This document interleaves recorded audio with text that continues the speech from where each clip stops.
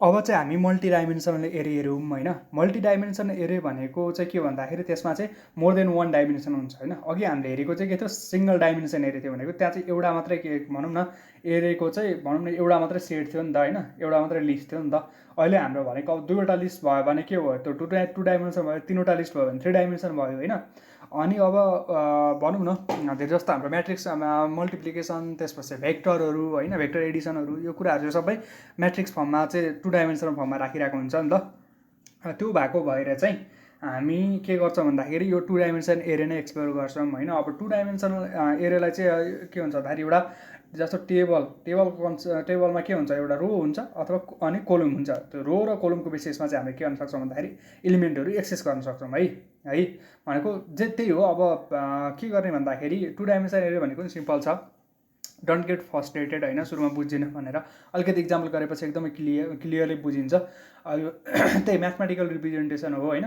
अब यो भनेको मल्टिडाइमेन्सनल एरेलाई चाहिँ एरे अफ एरे भन्छ क्या। जस्तो चाहिँ हाम्रो टु डाइमेन्सनमा कतिवटा छ, दुईवटा एरे छ नि त होइन। थ्री डाइमेन्सन भनेको चाहिँ तिनवटा एरे हुन्छ क्या है। अनि त्यसपछि त्यही अब रोज र कोलम्सको फर्ममा चाहिँ रिप्रेजेन्ट हुन्छ।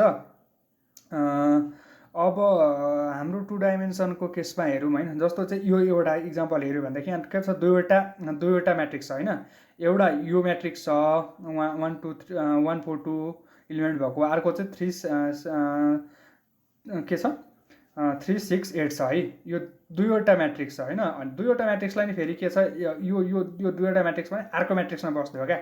जस्तो अर्को म्याट्रिक्समा बस्दै भनेदेखि यहाँ दुईवटा इलिमेन्ट भयो क्या, एउटा एरे अर्को एरे, दुईवटा इलिमेन्ट भयो है।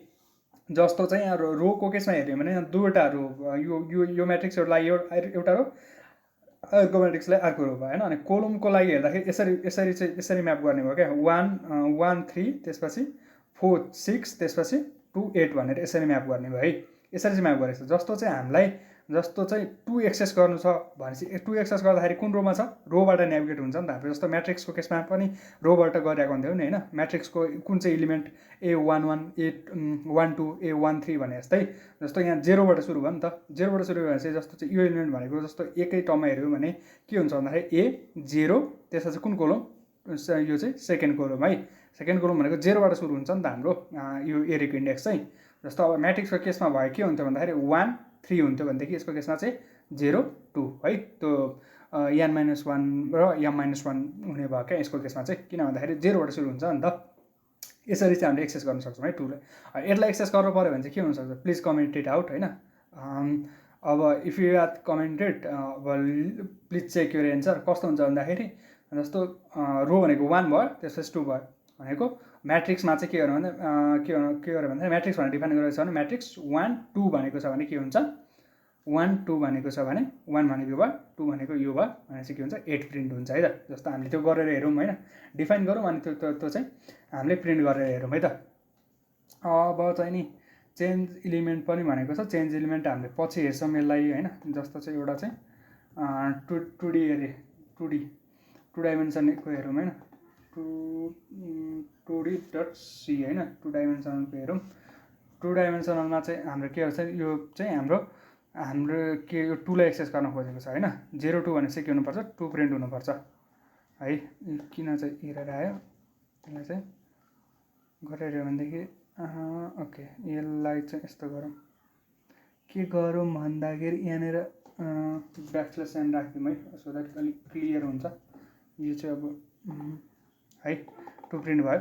अब हामीलाई 8 प्रिन्ट गर्नु पऱ्यो भने के थियो भन्दाखेरि हाम्रो इक्जाम्पल अहिलेको हेरौँ, 1 त्यसपछि के छ 2 छ नि होइन। यो चाहिँ के छ भन्दाखेरि यो थर्ड के भन्छ, थर्ड कोलममा छ। थर्ड कोलम भनेको 0बाट इन्डेक्स गर्दै आउँदा कति हो, 2 है। यसलाई लुपिङ गऱ्यो भने क्लियरली बुझिन्छ। यसरी चाहिँ हामीले के गर्न सकिन्छ, प्रिन्ट गर्न सकिन्छ। अब हामीले के गर्नु पऱ्यो भन्दाखेरि अब यहाँनिर अब भनौँ न चेन्ज गर्नु पऱ्यो अरे होइन। चेन्ज गर्नु पऱ्यो भनेदेखि हामीले कसरी चेन्ज गर्न सकिन्छ त, इलिमेन्टहरू चेन्ज गर्दा चाहिँ यसरी नै भनेको त्यो प्रोपर यो चाहिँ हुनु पऱ्यो कि, यो चाहिँ डिफाइन हुनु पऱ्यो क्या। जस्तो चाहिँ के गरौँ भन्दाखेरि चाहिँ अब यो 1 2लाई नै हामी चेन्ज गरिदिउँ न त। जस्तो 1 2लाई नै हामीले चेन्ज गरिदिउँ है। अहिले 8 छ त्यसलाई चाहिँ 9 गरौँ है त। 1 2लाई चाहिँ चेन्ज गरिदिउँ है। अब अहिले एकपल्ट यहाँ प्रिन्ट गर्दै फेरि यहाँ पनि प्रिन्ट गरिदिउँ होइन, यहाँ पनि प्रिन्ट गरिदिउँ है। अब कति आउँछ त हेरौँ है त। हामीले एक्सपेक्टेड एन्सर के हो, एकपल्ट 8 आउनु पऱ्यो, अर्कोपल्ट 9 आउनु पऱ्यो है। एकपल्ट 8 आयो अर्कोपल्ट 9 आयो यसरी चाहिँ हामीले के गर्न सक्छौँ भन्दाखेरि चेन्ज गर्न सक्छौँ है। अब लुप थ्रु अब यो 2D एरेलाई चाहिँ लुप गर्नलाई त्यही हो, दुईवटा लुप इनिसिएट गर्नु पऱ्यो आई र जे। त्यसपछि अब यहाँ कतिवटा भनौँ न, अब यो चाहिँ आउटरमा चाहिँ कतिवटा चाहिँ भनौँ न यहाँनिर यसको साइज कति छ होइन, त्यही साइज अनुसार जस्तो 2 3 भन्ने छ होइन। जस्तो 2x3 म्याट्रिक्स भयो भनेदेखि हामीले चाहिँ के गर्नु, सुरुको आई चाहिँ 2 सम्म जाने, त्यसपछि जे चाहिँ 3 सम्म जाने होइन। जस्तो कतिवटा कोलम छ, दुईवटा रो छ भने चाहिँ दुई सुरुको चाहिँ दुईवटा हुनु पऱ्यो, 3वटा कोलम छ भने 3वटा, यसरी म्याट्रिक्स फर्ममा लाने। अनि म्याट्रिक्सलाई चाहिँ यसरी हामीले लुप गर्न सक्छौँ है त। जस्तो चाहिँ यसलाई एक्जिक्युट गरी हेरौँ, यसलाई एक्जिक्युट गरी हेर्दाखेरि चाहिँ के भन्छ 2D लुप्स भनेर गरौँ होइन। यसलाई चाहिँ 2D लुप्स डट सी भनौँ होइन। अब यसलाई चाहिँ यहाँनिर राख्यौँ है। जस्तो यो छ, अब यसलाई प्रिन्ट गर्दाखेरि चाहिँ के हुन्छ भने यो सबै भनेको सबै प्रिन्ट हुनु पऱ्यो क्या। सबै प्रिन्ट हुनलाई चाहिँ यसलाई क्लियर गरौँ, त्यसपछि रन गरौँ है। 1 त्यसपछि 4 त्यसपछि 2 त्यसपछि 3 6 8 यसरी चाहिँ हामीले इजिली प्रिन्ट गर्न सक्छौँ है। सिम्पल इज द्याट होइन, केही पनि गाह्रो छैन है।